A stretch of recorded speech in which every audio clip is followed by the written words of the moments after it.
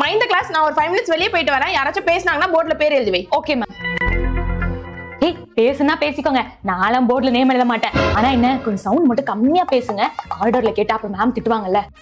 நான் வேணா 2 பேரோட நேம போர்ட்ல எழுதிட்டு அழிச்சிடவா? அப்பனா மேம் கேட்டா அவங்க பேசுனாங்க மேம், ஆனா நான் சொன்னோனே கேட்டுட்டாங்கன்னு சொல்லலாம்ல.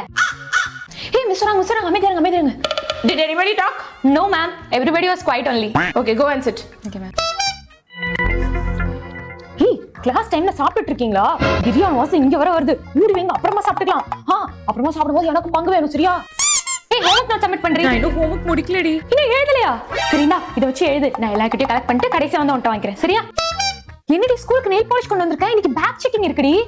சரி பரவாயில்ல, எல்லாத்தையும் எடுத்து என் பேக்ல போட்டுரு. அப்ப மேம் உன் பேக் செக் பண்ணிட்டா? மேம் என்னைய தான் இவங்க எல்லார் பேக்கையும் அவங்க முன்னாடி செக் பண்ண சொல்லுவாங்க, என் பேக்கை செக் பண்ணவே மாட்டாங்க. அதனால கவலை இல்ல, நெயில் பாலிஷ் எடுத்து என் பேக்ல போட்டு சரியா?